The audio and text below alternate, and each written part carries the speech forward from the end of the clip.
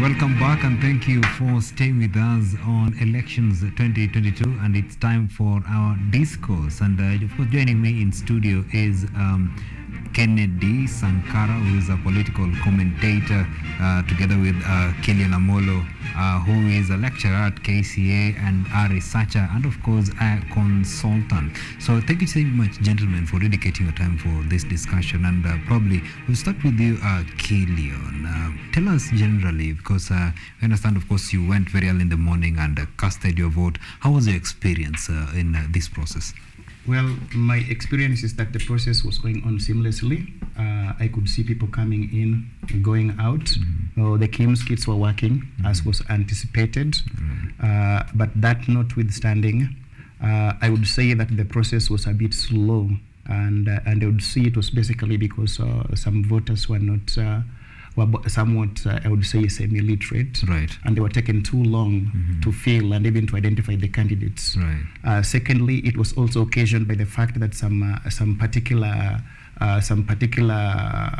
like slots had so many candidates competing, right, and so the ballot paper was so long, yes, and it would take long to identify the person that you are going to vote for.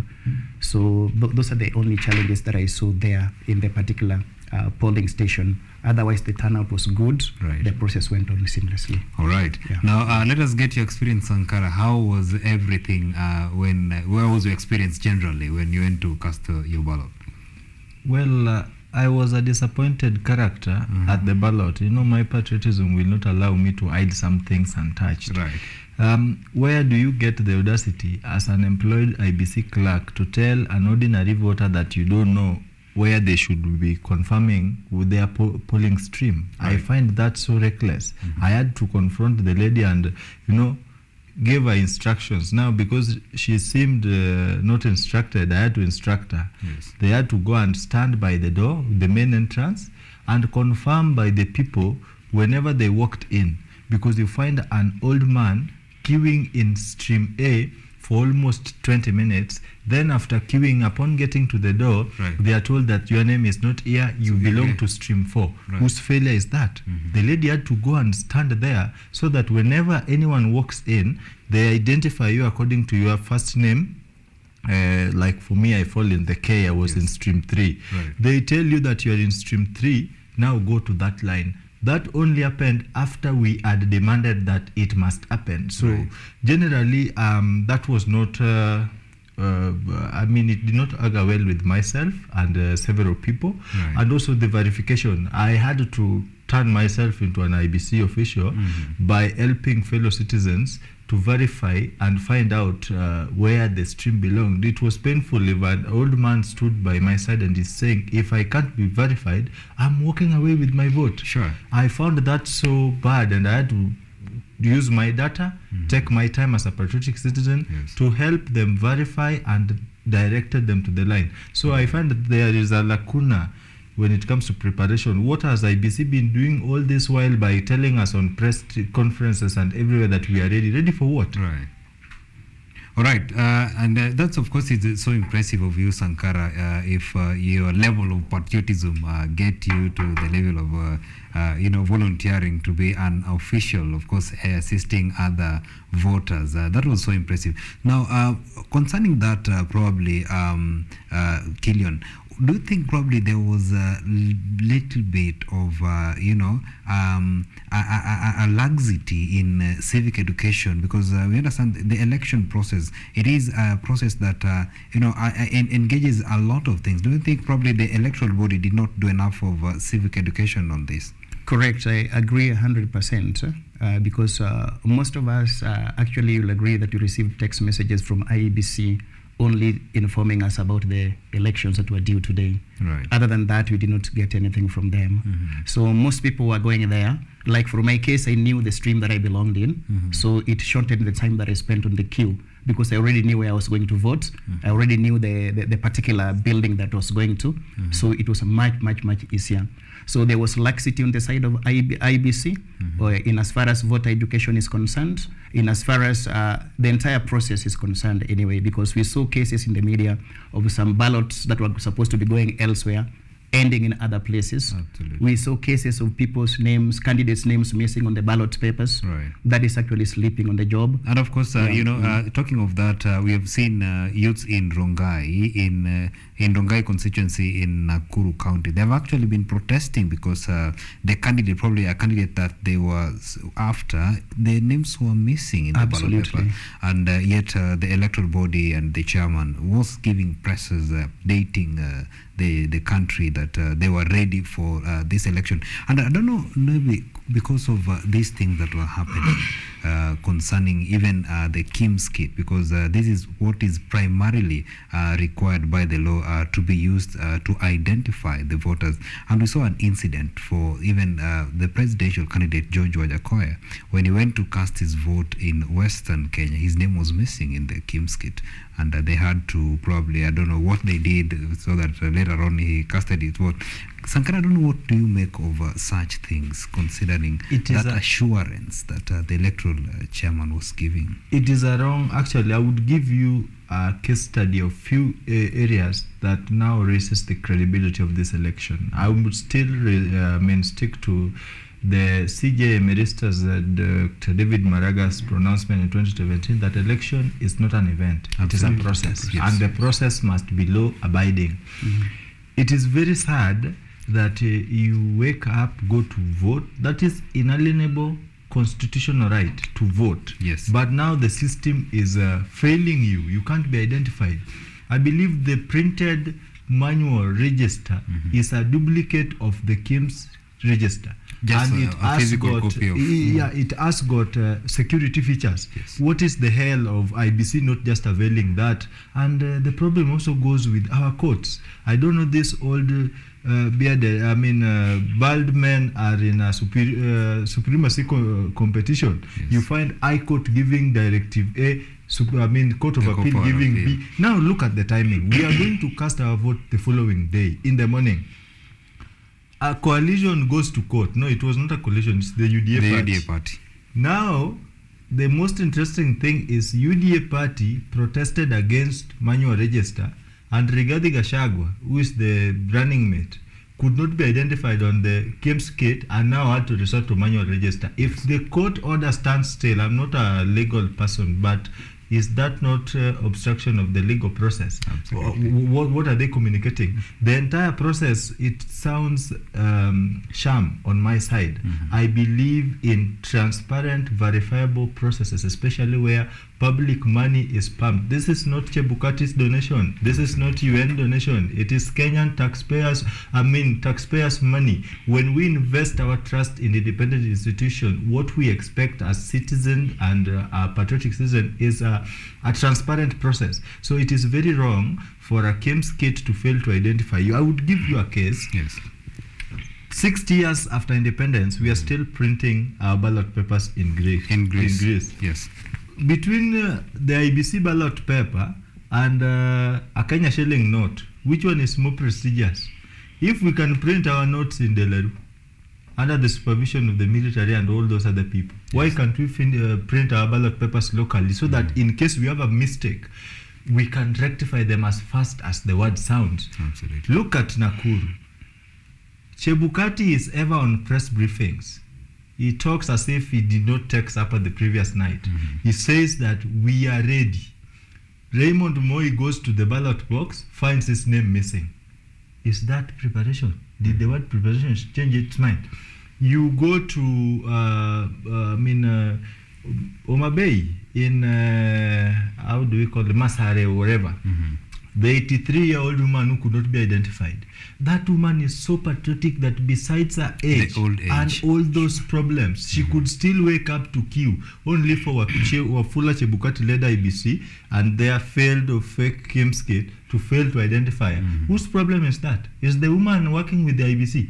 She is entitled to vote. But now Wafula Chebukati, through his incompetency and inconsistency, when these ballot papers were being printed, I believe there was a team of experts dispatched from IBC Absolutely. To go and verify. What were they doing? Mm-hmm. They boarded a plane to Greece on a public ticket took tea and slept in high-end hotels only to do nothing. They come back. In fact, they should be arrested. What were they doing? All right, Sanakara. Now, I don't know, Killion, because of these things that, these questions, the issues that are emerging with this election, despite the fact that the electoral body, the chairman of the electoral body, assuring Kenyans of a free, fair, and credible election. Do you see this election ending as free, fair, and credible, as he had assured Kenyans previously? To be honest, I don't see it being free, fair, verifiable, and transparent as is provided for in the law. Because what you are seeing now is that IEBC has just been a bed of slumber.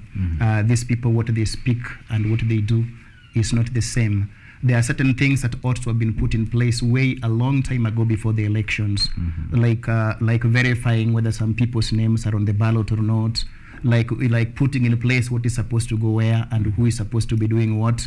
And right now we have that last minute mix-up, which is making the process to look so much not credible. Right. Yeah, so the credibility of the entire process is being put in doubt. All right. And of course, these 2022 elections, it's not just an election, because we have seen away from the citizens, it is of interest to other, even other countries, and even internationally. The international observers are coming in. The international media are keenly watching on this election. Sanakara, considering how things are going, how do you foresee the end of this election? Because it also comes at a time when Kenyans need peace.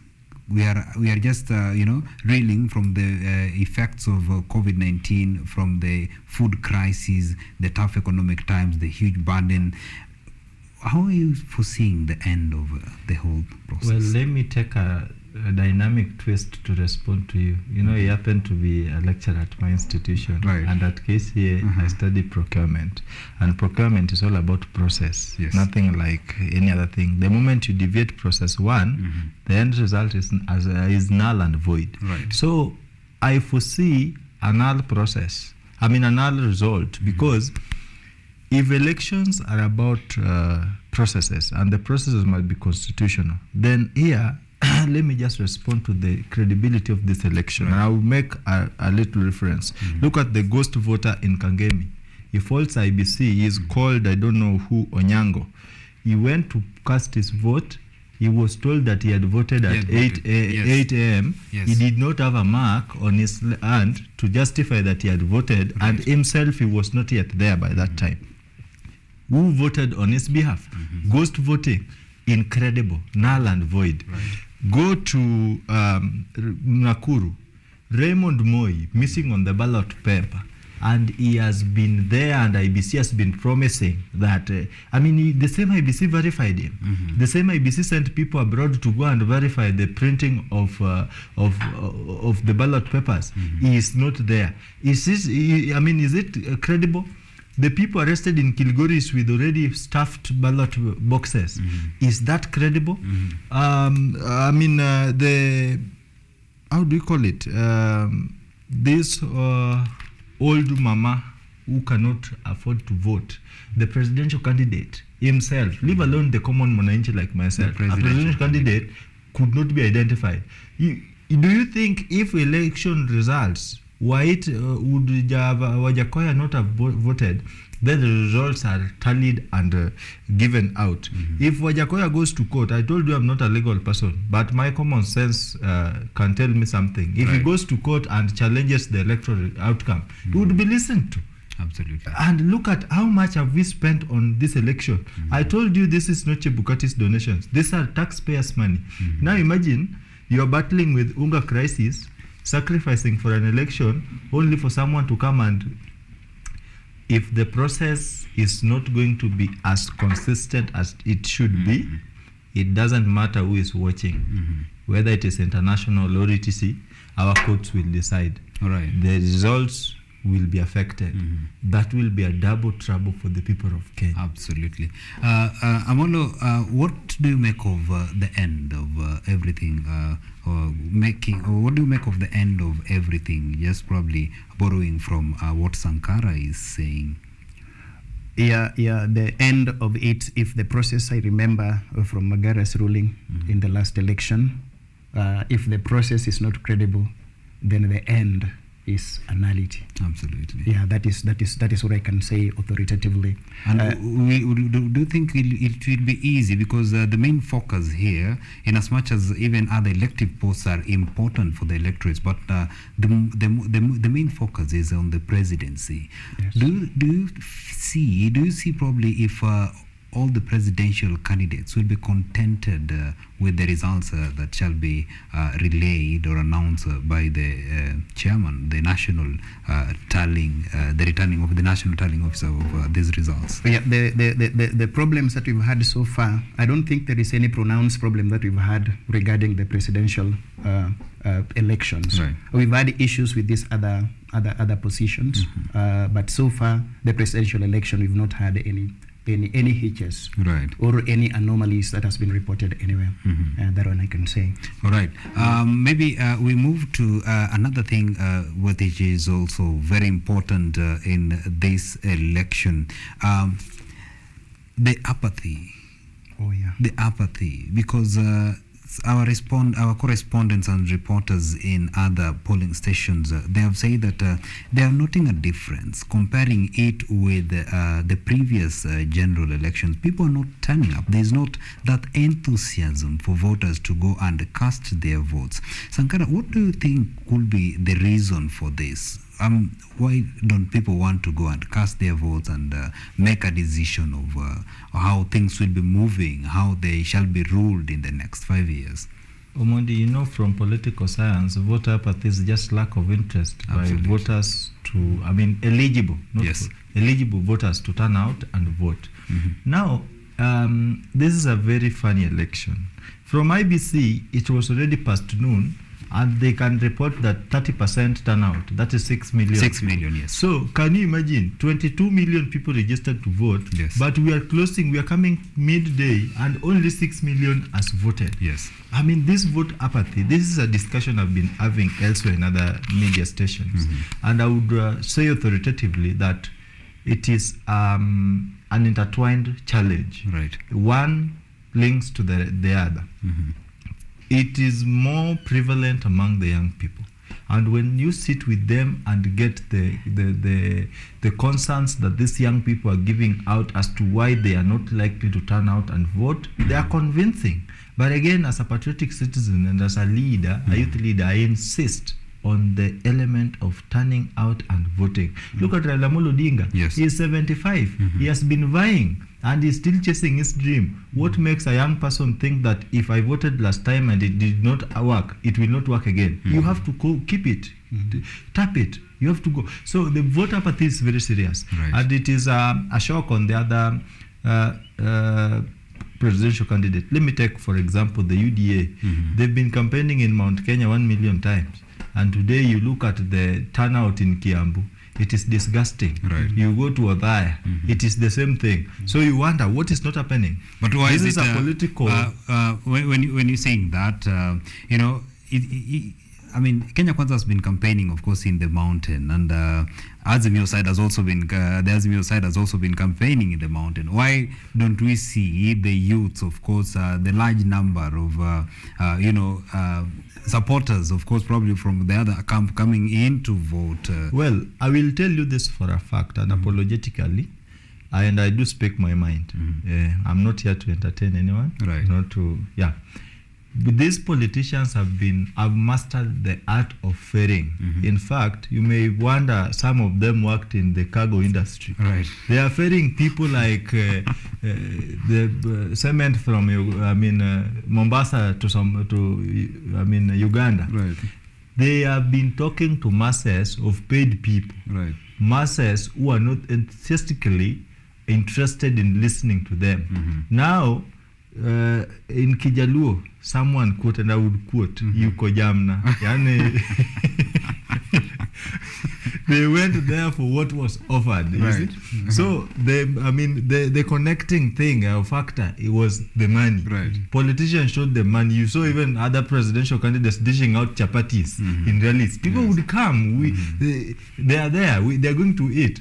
Now it is time to vote, wakati wa kukula uliisha, ni wakati wa kupiga kura. Right. But again, these masses are people who are not eligible to vote. I would tell you for a fact, this morning I woke up to go and cast my vote. I left where I stay, which I will not mention, but I passed somewhere through Githurai. Right. It was at around 5. I mean, when I was coming back by around 8, the notorious faces that I usually see shouting Mheshimiwa, Mheshimiwa were the same faces paraded along the road. I was wondering, is there a polling station next to this road? So what am I trying to say in several sentences is that the people who politicians have been investing in are not actual voters. Actual voters are serious people. They are engaged. They know what they want to listen to from a politician. But our politicians who are, they get some euphoria in the masses. Now they will just ferry any other person, even a mad person in the streets, Pandagari, we will go. They work on the photos. Right. Actually, most of the political coalitions have been editing photos and sending fake photos. These are things that have trended on Twitter, and they've been, you're not new to this, you've added them. Absolutely. Now it is time for them to convert the fake photos to real voters. It will not happen. It is really a great test for the politicians, of course, who have been bragging of the numbers in their campaigns. And this for these numbers, of course, to be manifested in the results. The voting. Right. I don't know, Amollo, what do you think of it? Because Kenyans also have a culture of rushing, last minute trash, because as it was noted that by noon only around 6 million people have voted against the 22 million registered voters. What do you think? Is it the Kenyan culture of rush minute? Okay, I would say partly that is true, because personally I've always voted in the evening. Right. I've always voted between 4 and 5 p.m. You go, you don't find even a single person on the queue, because why should I take 3 hours in a process that can take me 10 minutes? Right. So personally, I've voted in the evening. Today I voted just earlier because I was coming here. That might also contribute to the low percentages. Maybe the numbers will still come up later on in the day. Now, secondly, for the case of the mountain, we know that they did not have a candidate of their own. Right. Yeah, this obviously contributed to the apathy, to the percentage of turnout. Yeah, the way you can go there and wake up early and even afford not to sleep the previous night because your candidates on the ballot. Right. This time around it was a bit different. Right. So that could have probably contributed to the low turnout from the mountain. And of course, probably if we are to borrow from your sentiments, that the people of the mountain did not have a candidate of their own.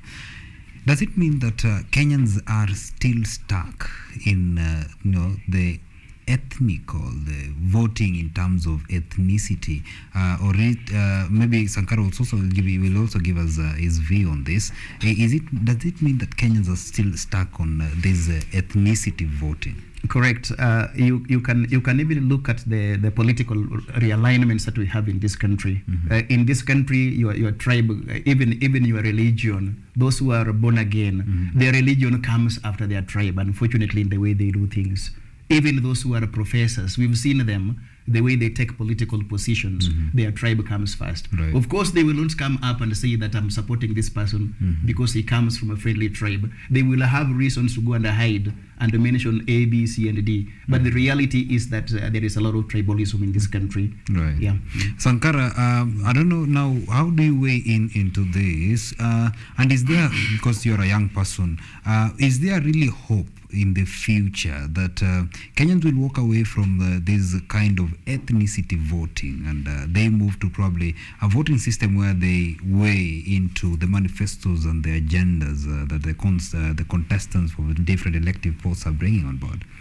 Well, that is a very interesting topic. Personally, I've been a victim of the situation. You know, I was the former national youth leader in ANC party. I just decamped the other day, and I would tell you for a fact. The other day, was it on Saturday? Or yeah, at Kasarani. Right. I decamped to Azimio. All right. I would tell you for a fact that tribal politics is very toxic in this country. Absolutely. As a Luo man, as a Luo descendant, I found it hard thriving in Kenya Kwanza because it was ethnic dominated by the few communities that I would not mention.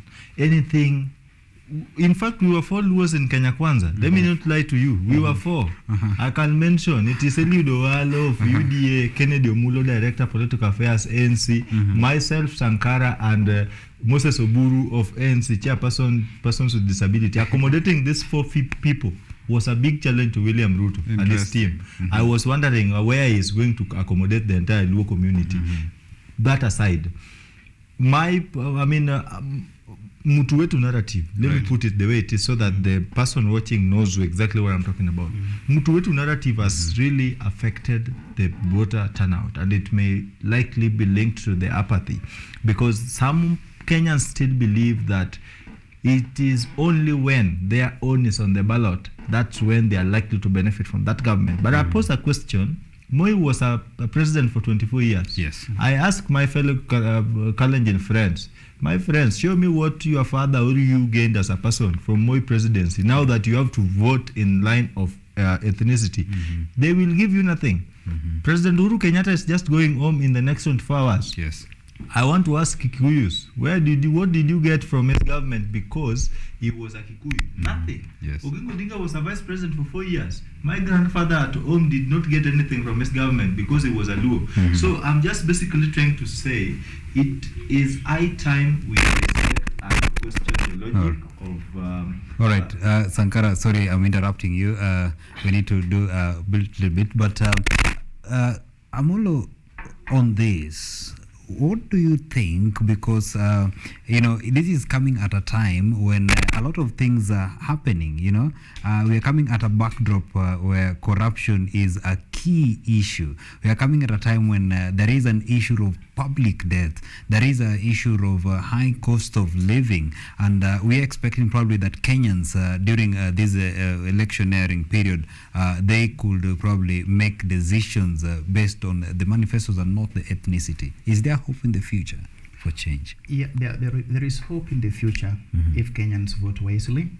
There is hope in the future if Kenyans remember how their political class and the political leaders have disappointed in the past, saying this, and when they get there, they do the exact opposite of what they believe in and what they stand for. Right. I want to speak this to those who are listening to us, that the economy, the strength of this economy depends on the political process that we are doing now.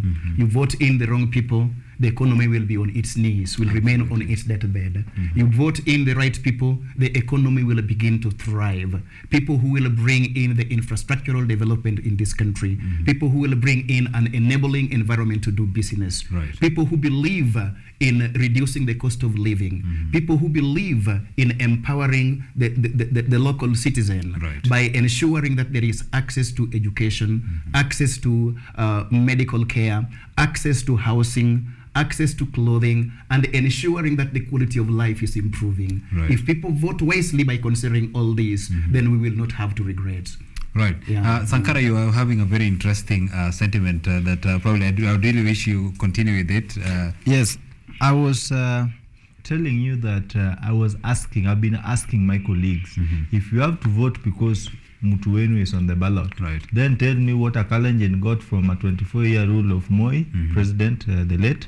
Tell me what Kikuyus from Modhaya and Nyeri got from Kibaki's individually. You can get something as a community. Yes. I want to get what you got as an individual from Kibaki's 10-year reign, and definitely what they've gained from Uhuru's 10-year reign, and what they will likely to get in the future. There is nothing. So it's high time we dissect the manifestos, and also weigh out the history of the contestant. Really matters. There are people, when their name is called, dirty bells ring in your ears. It is not scandal from ministry A to ministry B. It is not scandal from and some, it is when their name is tagged, you hear freedom there and there. I don't want to call people names. But what I'm just trying to say is that it's high time we get to question the logic of the manifestos, the implementability, the timing, and also the transparency from the people who are writing those manifestos. In Kenya, manifesto today it is like composing a song. When it comes to election, people are just writing anything. In fact, politicians are now promising next life. There are others have been working in this country promising money that when they are put together, not even 3 countries can generate that money. But when he goes to Kitui, he promises heaven. When he goes to Kisumu, he promises heaven B. When he goes to Nairobi, he finds out that he has promised everything. Now he's left to lie. What am I saying? You are going to vote in liars. We must not listen to them.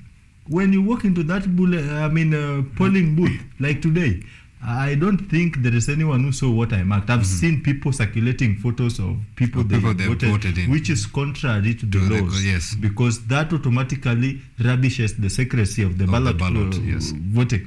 No one saw whom I voted, but I know I voted the right leader. I have the capacity to interrogate the capability of whom I want to entrust with my vote. You know, these people are looking for job. Now I'm a serious person. I'm an employer. I don't just give job to any other person. You must qualify. So I checked through, and no one can tell whom I voted. So it is high time we leave this thing. And we were moving on smoothly as a country. We were going towards political coalition where it was non-ethnical. But the ethnicity from those, because these players have been there, they borrowed the tactics from the old dogs. They are implementing them. It is not easy, my friend. All right. That's very interesting from you, Sanakara. Now, moving forward, because you're saying that it's just a matter of hours and we shall be seeing new faces, new leadership. Right. So maybe what do you anticipate in the new leadership? And my director is telling me that we are constricted now on time, so we'll just be going straight to what we need to talk about. Amollo, what do you anticipate in the new leadership? Because considering the burdens that we have been having in this previous leadership, are we probably foreseeing a good life with the promises that the politicians, the contestants in different elective positions have been giving? Is there the heaven that they've been promising? Is it something to go by? Oh yes, I anticipate good things to happen in the new leadership. I expect them to work on the economy, begin by fixing the economy before you do anything else. Because if the economy is working, the citizens will have a higher purchasing power. People will have access to goods and services. Most families will fend for themselves when the economy is working. After working on the economy, work on governance, work on the fight against corruption. Just ensure that whatever that has been allocated for a specific project, it goes for that use. Instead of having like right now we are borrowing too much, just because whatever has been allocated for the various projects has been eaten by the people that purport to use them for the same projects. So there is a lot of borrowing, and because of this borrowing, you know, the interest rates have gone up. The normal citizen is suffering, cannot access credit because this money has been borrowed by the government. This money is not there, it's not flowing in the economy. So the normal citizens are suffering. Without access to credit, investments cannot take place. Without access to credits, without investments, employments will not be created. So I expect the new leadership to fix all of this. All right. All right. Now, Sanakara, what are your sentiments in the new leadership? Because you noted that it's just a matter of hours. President Uhuru Kenyatta will now be becoming a civilian, and we shall be having very soon, of course, a new president shall be elected to office. The heavens that have been promised to the electorates in these campaigns, is it anything to go by? Should they really expect the heavens and the goodies that were promised in these campaigns? You know, politicians have mastered the art of conmanship. Today they are in Camp A singing Gospel B. Tomorrow they are in Camp C singing Gospel Z. And of course, I'd question you for that, because you just told us that of course you decamped, and that is very impressive. When you decamped, you are on a political outfit that believed in a form of leadership, and then probably just a few hours, 48 hours actually, to the general election, you decamp to another outfit that have different political outfits and standings. You know, my friend, I cannot use my brain to add weight on my body. Yes. When I spoke to the entire country and the whole world on 23rd January at the Bomas of Kenya. Yes. I did endorse Honorable Musalia Mudavadi as presidential candidate for our party. Yes. But he refused to go to ballot. He is the one I trusted. I knew his capability. I have his record and history of what he can do and what he has done. He did not vote. What makes you believe that if he went somewhere, I must follow him? I am saying I'm not going to use my brain to add weight on my body. Right. It is purposefully for thinking. I'm basically thinking. Number two, politicians have mastered the art of conmanship. Right. They are singing different songs in different camps. But I would say, except for presidency, I anticipate a bandwagon of thugs in the two houses. The DCI, I speak facts. The other day just told us that for the first time, we have the highest number of criminals contesting for offices. What do you anticipate? A Nigeria in Kenya? These are thieves. Majority of them have questionable characters and integrity. Their integrity begs, several answers too loudly. But these are the people we're electing. I'm saying categorically, except for the presidency, because for me, I know who is going to win the presidency. Right. And this is a freedom fighter. Mukombozi is going to take over. But that man has got the capability to streamline things, right, provided the running mate God gave them as well. But my only worry is National Assembly, where laws are being made, the Senate. I'm telling you, we are anticipating doom. Right. I look at some names and I wonder, did they revoke provisions of Chapter 6 of the Constitution, leadership and integrity? The other one you just add the other day is running for a very big seat. An insult to comrades. He just graduated from River Road University main campus. He could not even explain where he got his papers. And you still expect these people to uphold the virtues of integrity. All right. Now, talking of that, maybe because, you brought in a very interesting topic that, except for the presidency, on these other elective posts, we are going to expect doom, Yes. Because there are people that are going to promulgate laws in the houses, and they're going to pass bills, So, that's the presidency, because, he does not control the country alone. He has lawmakers who help him in making these policies. Will he be able to tame some of the illnesses probably that we shall be coming from these houses of laws? Maybe I believe being a CIC, that is not a mere job. Right. If today I were to be the commander-in-chief, I will not care what you say. Provided that I want the right thing done, you will do it. Whether you like it or not, you can leave Kenya.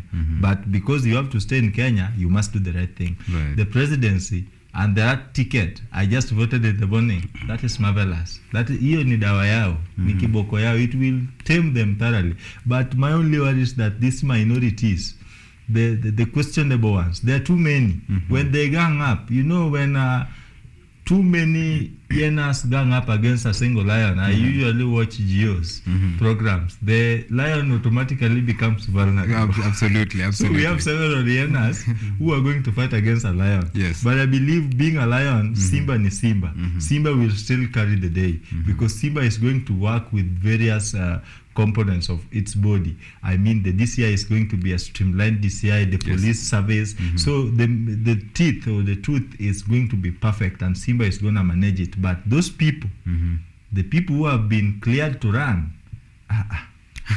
very interesting. Now, and of course, maybe we also saw this happened. It happened yesterday. There was a change of guard. And lately, we have seen the sitting president, launching a lot of projects. And lately, what happened yesterday, there was a change of guards. Don't you think probably, the moves that the president have been making would raise questions probably later that he planned to do this, he planned, this to happen, because there have been allegations, people have alleged that the president wants to continue with his term, but not as a president, with other things, considering the things that he's doing. Do you think these things could, be brought to light and being questioned that he wanted this to happen, that's why he was doing this and that? Yeah. It can be questioned that way, that the last minute changes are coming as a result of his desire to have his impact, even if it's not himself, Right. his impact to remain in the respective cadres in which the replacements are being made. But I still believe that the incoming president will still have the prerogative to shift things again, and even to streamline other areas that might not be in line with his interests, or the areas that he may want to be changed. He is constitutionally liable to streamline, Right. and even to reappoint here and there. Yeah. And maybe if we borrow from what Sanakara has just said, that he believes that our president will rise, and he is referred to the president that will rise as Simba. But one unfortunate thing is that he's being surrounded by a lot of hyenas. In the first term of this Jubilee government, the opposition was very steadfast, and it kept the government on toes. Yes. Looking at the new government that is coming, we shall be having, of course, from the 4 presidential candidates, one of them will be president, and others who will be, others, of course, now will be, they form part of the opposition, something of that sort, because they are not part of this leadership. What do you see of this government? Will they be able to keep that the sitting government on toes, or will they be probably derailing the developments of the government that shall be taking office? Yes, it might not work as such, because when you see both sides of the political divide, these people are schemers, and every time, even me, if you take me there, I will have a way of reaching out to the other part almost immediately for political survival. So we see a case in which whoever wins will reach out to a few parties on the other side, Right. and form a formidable coalition or a formidable political outfit that will be in a position to pass bills in parliament that are in line with the interests of the government. Right. Yeah, so I foresee that going forward, that when the person who is anticipated to win wins, some of them have said that they will have handshakes even after the elections. Right. We've seen that in the media. All right. Now, Sanakara, maybe to get this from you, because you've already given us your stand that you already know that you know who's going to be the president, and you strongly believed in you strongly believe in that. I don't know whether that could be manifested in the defection that we just saw on the day where you defected to Azimio. So I don't know whether you believe in the Azimio presidential candidate could take the day, or you believe that you just decamped and you believe the presidency is on the other side. I don't know about that, but the leadership in the new government, how do you foresee it concerning, maybe borrowing from what you just said, Simba is going to be there and the hyenas surrounding him? I've told you, it doesn't mean that Azimio is composed of saints. Yes. Neither does it suggest that Kenya Kwanza is composed of saints. Absolutely. And you even overheard from other leaders. There are people, candidates who are contesting on various tickets. But even personally, in my consciousness, I would not vote them. I would not compromise my leadership and integrity values in favor of political coalitions that are never going to be there forever. This is a grave mistake you are making. They are going to affect the children of your children, and they are also going to affect you as an individual. Just imagine at my age, I'm not even half second floor. And I know yesterday was my birthday. Right. We are born on historic days. So this is a decision that is going to affect people that look upon you or look up to you now and tomorrow. Right. I just said the lion is there, but the hyenas are also there. When you see these political divides, these are hyenas united, but again divided to fight for the meat from different ends. I would tell you for a fact, I'm not lying, and it is a very sad state of affairs, because at that particular point in time, the most desperate and affected person is the common mwananchi. Right. When these people are fighting, you will come to realize that, me today, even if there were to be violence, I cannot participate in person. because the person telling you to go and fight, they are business partners. Right. Are you aware? They trade together. These people trade together. I will not disclose names here, but I know they trade together in serious things that will never be in public domain. But when it comes to violence, they tell you, wewe ni jeshi langu. We only recognize 2 brands of jeshis. That is the KDF and the police service. Right. That is the only legitimate jeshi. When you recruit somebody's vulnerable son as your jeshi, go and take your wife and husband and son and recruit them. To become your jeshi. Yes. All right. Very interesting. Now, for the interest of time, I want to get your final remarks on this, because we are still in the electioneering period, and it is a period that needs a lot of resilience, and it of course needs harmony, and it needs a lot of sanity as well. What message would you want to pass to the electorates and the general public at large concerning this electioneering period and the transition of government as well? I would urge the electorate to turn up and vote. Turn up and vote, and turn up and vote. It will affect your life. It will affect your families. It will affect your future. It will affect your financial well-being, and every other aspect of your life depends on this. Turn up and vote in the right people. After you have voted, maintain peace, and maintain peace. All right. I would also like to appeal to the IEBCs going forward to be a bit serious with their work, to be a bit more credible, to engage more people in civic education, because most people participate only in presidential elections, and then they say the rest they don't care, not knowing that the rest are the ones who formulate the policies that affect every other aspect of our lives. So people need to know that even voting that EMP is equally important. Even voting that MCA is equally important. So turn up and vote, maintain peace. That is the only thing I can say now. All right, Sanakara, what's your final take on this? You and myself, we will have to remain behind. The country will be here for us. These political coalitions will neither be here nor there. In 2 months' time, we will have new formations. So imagine removing my beautiful teeth because of political affiliation A, and then in 6 months' time, or in 2 months, sorry, I used 6 months' time. In 2 months' time, 6 months' time is a very famous word to some people. So in 2 months' time, you find out that the people we are fighting for are again taking tea together. These people ate at Amosa here. If you go to Amosa, you won't believe that presidential contender A and B are the ones shouting and insulting each other on the media, but back in the background, they are bosom buddies. I would urge you to go and vote. It's still time. I woke up very early in the morning. I voted. That vote is going to count. We are putting pressure on IBC that they must do the right thing, because it is not a lie. This is the reality. If you mess up this thing for the second round, Wafula Chebukati and this commission, just be ready. The law will squeeze you to the last juice. It will be there, and that is it. But for me, I urge fellow young people to maintain peace. Vote, go stay at your home. There are a lot of several TVs you can watch. You can even play all those other cards and etc. Just stay away from public. Do not intimidate or antagonize the security personnel. Whatever they carry, those are not balloons. Those are guns. And they are meant to work on people who are arrogant. So don't sacrifice yourself, because they won't have mercy on you. Absolutely. So thank you so much, gentlemen, for turning up for this discussion.